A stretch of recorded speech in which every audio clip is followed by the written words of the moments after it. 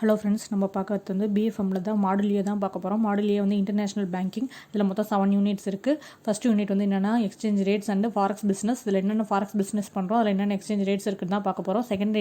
Second unit வந்து basics of forex derivatives, அதாவது வந்து ஃபாரெக்ஸில் வந்து என்னென்ன இன்ஸ்ட்ருமெண்ட்ஸ் வந்து யூஸ் பண்ணுறோம் அப்படின்றது வந்து செகண்ட் யூனிட்லையும். தேர்ட் வந்து corresponding banking and NRI accounts, அதாவது வந்து பேங்க்ஸில் வந்து இந்த இன்டர்நேஷனல் பேங்கிங்காக வந்து என்னென்ன அக்கௌண்ட்ஸ் வந்து ஓப்பன் பண்ணுறோம் அதை பற்றி இன்னொன்று பார்க்க போகிறோம். அதுக்கப்புறம் அந்த எக்ஸ்போர்ட் இம்போர்ட்டில் என்னென்ன இன்ஸ்ட்ருமெண்ட்ஸ் யூஸ் பண்ணுறோம், எக்ஸ்போர்ட் இம்போர்ட்டுக்கான பில்லாம் வந்து என்னென்ன பண்ணுறோம் அப்படின்றது வந்து ஃபோர்த் யூனிட்லையும், எக்ஸ்போர்ட் அண்ட் இம்போர்ட்டுக்கான ஃபெசிலிட்டிஸையும், அதுக்கப்புறம் வந்து இசிஜிசி அவங்களோட ஃபாரின் ட்ரேட்ஸ் அதில் இருக்க ரிஸ்க்கையும், அதுக்கப்புறம் வந்து எக்ஸிம் பில்லோட ரோல்ஸையும் வந்து நம்ம வந்து மொத்தமாக இந்த 7 யூனிட்ஸில் வந்து பார்க்க போகிறோம். ஹலோ ஃப்ரெண்ட்ஸ், ஃபஸ்ட் யூனிட்குள்ளே போகலாம். ஃபஸ்ட் யூனிட் வந்து exchange rate and forex business. இதில் என்னென்ன பார்க்க போகிறோன்னா, ஃபாரெக்ஸ் எக்ஸ்சேஞ்ச்னா ஃபாரின் எக்ஸ்சேஞ்ச்னா என்ன, அதோட டெஃபினேஷனையும், அதில் என்னென்ன ஃபேக்டர்ஸ்லாம் வந்து அது அஃபெக்ட் ஆகுது இந்த எக்ஸ்சேஞ்ச் ரேட்டில், அந்த எக்ஸ்சேஞ்ச் ரேட் மெக்கானிசம்ஸ்லாம் என்னென்ன, இந்த ஃபாரின் எக்ஸ்சேஞ்சில் வந்து இந்த ஃபாரின் எக்ஸ்சேஞ்ச் டீலிங் குரூப்பில் என்னென்ன ஆப்ரேஷன்ஸ், ஆர்பிஐயோட கைட்லைன்ஸ், அதை பற்றி தான் இந்த யூனிட்டில் வந்து பார்க்க போகிறோம் ஃப்ரெண்ட்ஸ்.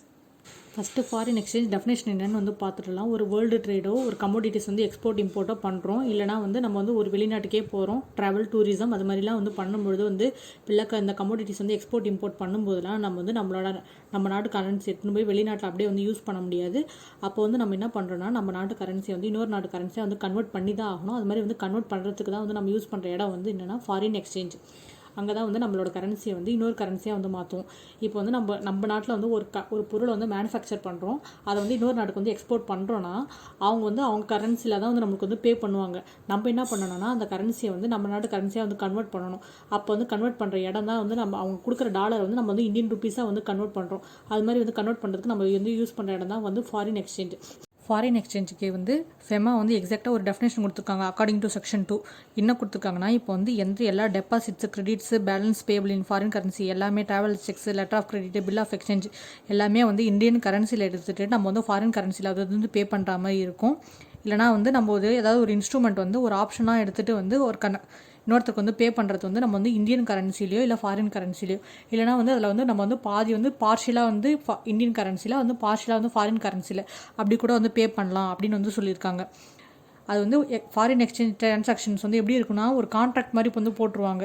நான் உனக்கு வந்து ஃபியூச்சரில் இந்த டேட்டில் வந்து இந்த ரேட்டில் வந்து கொடுக்குறேன். அதாவது வந்து ஒரு டாலர் வந்து 68 ரூபா, இல்லைனா ஒரு டாலர் வந்து 75 ரூபா அப்படின்னு வந்து கொடுக்குறது. அதாவது வந்து ஒரு டாலர் வந்து 75 ரூபா அப்படின்னு வந்து கொடுக்குறாங்கல்ல, அந்த ரேட்டை தான் வந்து எக்ஸ்சேஞ்ச் ரேட் அப்படின்றாங்க. இந்த எக்ஸ்சேஞ்ச் ரேட் வந்து நார்மலாக இருக்காது, அது வந்து டைனமிக் ரேட்டாக தான் இருக்கும். Day to day, minute to minute, second to second அது வந்து வெரைட்டி ஆஃப் ஃபேக்டரை டிபெண்ட் பண்ணி மாறிக்கிட்டே இருக்கும் அப்படின்னு சொல்கிறாங்க. இப்போ ஃபாரெக்ஸ் மார்க்கெட்டில் பார்ட்டிசிபென்ட்ஸ் வந்து யாருன்னு பார்த்தாங்கன்னா, இண்டிவிஜுவலாக இருக்கலாம், business entities, commercial, investment banks, central banks, cross border investors, arbitrageurs, speculators யார் வேணாலும் இருக்கலாம். யாருக்கெல்லாம் வந்து பணத்தை வாங்கணும் விற்கணும்னு இருக்கோ அவங்களாமே வந்து பார்ட்டிசிபேட் பண்ணுவாங்க அப்படின்றாங்க. அவங்களுக்குலாம் வந்து சிஸ்டம் மூலமாகவே கம்யூனிகேட் பண்ணிப்பாங்க. அவங்களுக்கு வந்து டேரெக்டாக அந்த இடத்துக்கு தான் போகணுன்னு அவசியமே இல்லை. அவங்க உட்காந்த இடத்துல வந்து சிஸ்டத்துலேயே வந்து எல்லாமே வந்து பார்த்து எல்லாமே பண்ணிக்கலாம். அதுதான் வந்து ஃபாரின் எக்ஸ்சேஞ்ச் வந்து டைனமிக் மார்க்கெட்ன்றாங்க. ஏன்னா வந்து நிமிஷத்துக்கு நிமிஷம் வந்து அந்த மார்க்கெட்டில் வந்து எக்ஸ்சேஞ்ச் ரேட் வந்து மாறிக்கிட்டே இருக்கும். Central bank, commercial bank, investment bank, forex brokers, corporations, individuals வந்து அவங்க என்ன பண்ணுவாங்க, அவங்க தேவைக்காக பண்ணுவாங்க. சென்ட்ரல் பேங்க்ஸ் வந்து அதாவது வந்து நம்மளோட ஹோம் கரன்சி வந்து அதிகமாக ஃப்ளக்சுவேட் ஆகக்கூடாது அப்படின்னு வந்து மெயின்டைன் பண்ணுறதுக்கும், அதே மாதிரி வந்து இந்த ஃபாரெக்ஸ் ரிசர்வ்ஸ் வந்து மெயின்டைன் பண்ணுறதுக்கும் சென்ட்ரல் பேங்க்ஸ் பண்ணுவாங்க.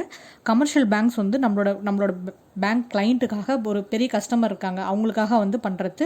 அதுக்கப்புறம் வந்து இந்த கரன்சியை வந்து கம்மியான ரேட்டுக்கு வாங்கி அதிகமாக விற்கிறது, அது மாதிரி பண்ணுற வேல்யூ பேர் தான் வந்து ஸ்பெகுலேஷன் வாங்க. அதுக்காக வந்து கமர்ஷியல் பேங்க்ஸ் வந்து பண்ணணும். இன்வெஸ்ட்மெண்ட் பேங்க்கோட வேலை வந்து என்னென்னா, அதாவது வந்து எக்ஸ்சேஞ்ச் மார்க்கெட்லேருந்து ஒரு கரன்சியை வந்து இன்னொரு கரன்சி வந்து மூவ் பண்ணுறதுக்கு, அக்கௌண்ட் வந்து மெயின்டைன் பண்ணிவிட்டு அவங்களோட லாபம் பார்க்கறதுக்காக யூஸ் பண்ணுறது தான் வந்து இன்வெஸ்ட்மெண்ட் பேங்க்ஸ் அப்படின்றாங்க. ஃபாரெக்ஸ் புரோக்கர் வந்து நம்மளோட ஒர்க்கை வந்து அவங்க வந்து முடிச்சு தருவாங்க. அது வந்து ஒரு கரன்சியை வந்து இன்னொரு கரன்சியாக வந்து கன்வெர்ட் பண்ணுறது, அதே ஒரு வேலையாக வச்சுட்டு இருக்காங்களா அவங்களாம் வந்து ஃபாரெக்ஸ் புரோக்கர் அப்படின்றாங்க. நெக்ஸ்ட் வந்து கார்பரேஷன்ஸ் வந்து என்ன பண்ணுறாங்கன்னா, இப்போது ட்ரேட்காக டிரான்சாக்ஷன் பண்ணுறது, அவங்களுக்காக பெரிய பெரிய கம்பெனிஸ்லாம் இருக்குது, அவங்களுக்கெல்லாம் பண்ணுறதுக்கு வந்து கார்பரேஷன்ஸ் அப்படின்றாங்க. அதுக்கப்புறம் வந்து இந்த ஸ்பெகுலேட் பண்ணுறது, அதாவது வந்து கம்மியான விலைக்கு வாங்கி அதிகமான விலைக்கு விற்கிறது, நிறைய அமௌண்ட் வாங்கி இது பண்ணுறது, ஸ்பெகுலேட் பிஸ்னஸ் பண்ணுறது தான் வந்து கார்பரேஷனோட வேலை அப்படிங்கிறாங்க.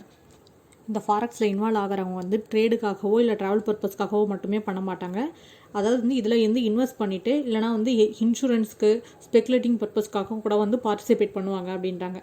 ஹெட்ஜிங்கிறது ஒன்றும் இல்லை, அதாவது வந்து இன்சூரன்ஸ் மாதிரி தான் ஹெட்ஜிங்கிறது. ஸ்பெகுலேட்டிவ்ன்றது வந்து அதாவது வந்து லாபம் சம்பாதிக்கணும் அப்படின்ற மோட்டிவில் போகிறதுக்கு பேர் தான் வந்து ஸ்பெகுலேஷன். ஆனால் அதில் வந்து ஸ்பெகுலேஷன் வந்து அதிகமான வந்து ரிஸ்க் இருக்குது. மோஸ்ட்லி வந்து ஃபாரெக்ஸ் ட்ரேட் வந்து எதில் நடக்குதுன்னா யூஎஸ் டாலரில் தான் வந்து நடக்குது. பெர் டேவுக்கு வந்து $5.1 trillion வந்து டிரான்சாக்ஷன் நடக்குது அப்படிங்கிறாங்க. இந்தியாவில் மட்டுமே பெர் டேவுக்கு வந்து $34 million வந்து டிரான்சாக்ஷன் நடக்குது அப்படின்னு வந்து சொல்கிறாங்க. இந்த ஃபாரெக்ஸ் மார்க்கெட் வந்து ஹைலி டைனமிக்காக தான் இருக்கும்.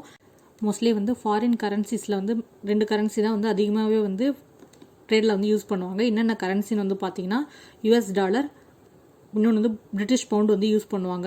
இது ரெண்டுமே வந்து அதிகமாகவே வந்து எவ்ரி 4 செகண்ட்ஸ்க்கு வந்து ஃப்ளக்சுவேட் ஆகிட்டே இருக்கும். பெர் டேக்கு வந்து பார்த்தீங்கன்னா 21,600 டைம்ஸ் வந்து சேஞ்ச் ஆகிட்டே இருக்கும் அப்படின்றாங்க. எவ்ரி செகண்ட் கூட வந்து சேஞ்ச் ஆகிட்டே இருக்கும் அப்படின்றாங்க.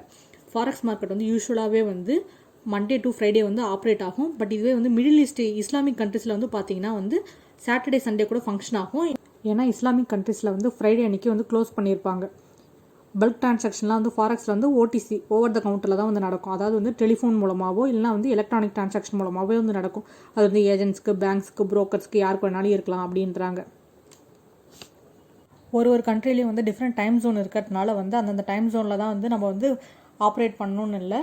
நம்ம கையில் வந்து அந்த ஆப் இருந்துட்டாலே நம்ம வந்து ஃபோன் மூலமாகவே நம்ம வந்து எல்லா டிரான்சாக்ஷனும் நம்ம இருந்த நேரத்துலேயே வந்து முடிச்சுக்கலாம் அப்படின்றாங்க. நிறைய பேங்க்ஸே வந்து மார்க்கெட் மேக்கர்ஸ்ன்றாங்க. ஏன்னு சொல்கிறாங்கன்னா அவங்க வந்து 2-way கோட்ஸ் வந்து ஃபாலோ பண்ணுறாங்க. 2-way கோட்ஸ்ன்றது ஒன்றும் இல்லை, அவங்களே வாங்கவும் செய்வாங்க, விற்கவும் செய்வாங்க. பை அண்ட் செல் கோட்ஸ் அதை வந்து ஃபாலோ பண்ணுவாங்க. அதை தான் வந்து 2-way கோட்ஸ்ன்றாங்க. இதே வந்து பை பண்ணுறது மட்டும் இருந்துச்சுன்னா அது வந்து 1-way கோட்டுன்றாங்க. இல்லை செல் மட்டும் பண்ணுறது அது வந்து 1-way கோட்டுன்னுவாங்க. பை அண்ட் செல் ரெண்டுமே பண்ணுறதுனால அது வந்து 2-way கோட் அப்படின்னு வந்து சொல்கிறாங்க. இப்போது ஃபாரெக்ஸ் மார்க்கெட்டோட கேரக்டர்ஸ் வந்து என்னென்னு பார்க்கலாம். அது வந்து ஒரு 8 கேரக்டர்ஸ் கொடுத்துருக்காங்க. என்னென்னு பார்க்கலாம். ஃபாரெக்ஸ் மார்க்கெட் வந்து 24/7 வந்து ஆக்டிவேட்டாக இருக்கும். அதனால வந்து இது வந்து 24 hours மார்க்கெட்டுன்றாங்க. நெக்ஸ்ட் வந்து over the counter as well as the exchange டிவன் மார்க்கெட்டுன்றாங்க. அதாவது நம்ம ஃபோன் மூலமாகவே டிரான்சாக்ஷன் ஃபுல்லாகவே முடிச்சுக்கலாம், இல்லை எக்ஸ்சேஞ்ச் போய் முடிச்சுக்கலாம். அதனால் அப்படி சொல்கிறாங்க. இது வந்து குளோபல் மார்க்கெட், எங்கேதோ ஒரு பேரியர்ஸ் இல்லாமல் இருந்த இடத்துலேருந்தே பண்ணுறதுனால இது வந்து ஒரு குளோபல் மார்க்கெட் அப்படின்றாங்க. யாருக்கெல்லாம் வந்து அதிகமாக பண தேவையோ, யாருக்கெல்லாம் ட்ரேட்லாம் பண்ணுறாங்களோ அவங்களுக்குலாம் வந்து இது வந்து ரொம்ப வந்து சப்போர்ட்டிவாக இருக்குது அப்படின்றாங்க. எப்போலாம் நமக்கு வந்து நம்ம கேஷ் தேவையோ அங்கெல்லாம் வந்து பண்ணிக்கலாம், அந்த மார்க்கெட்டில் வந்து பண்ணிக்கலாம் அப்படின்றாங்க. கரன்சி வந்து எவ்ரி செகண்ட்ஸ்க்கு வந்து ஃப்ளக்சுவேட் ஆகிட்டே இருக்கும் அப்படின்றாங்க. இது வந்து ஒரு டைம் வந்து டைம் ஃபேக்டர்னால வந்து அஃபெக்ட் ஆகும் அப்படின்றாங்க. ஏன்னா ஒன்றுத்தில் வந்து இப்போ தான் வந்து டைம் வந்து முடிச்சிருப்பாங்க, இன்னொன்று அது வந்து அடுத்த நாள் தான் வந்து ஸ்டார்ட் ஆகும். அதனால் வந்து டைம் ஜோன் ஃபேக்டர்னால வந்து செட்டில்மெண்ட் வந்து அஃபெக்ட் ஆகும் அப்படின்றாங்க. இன்னொன்று வந்து கண்ட்ரியோட கவர்மெண்ட் பாலிசிஸ்னாலேயும் வந்து இந்த மார்க்கெட் வந்து அஃபெக்ட் ஆகும் அப்படின்றாங்க.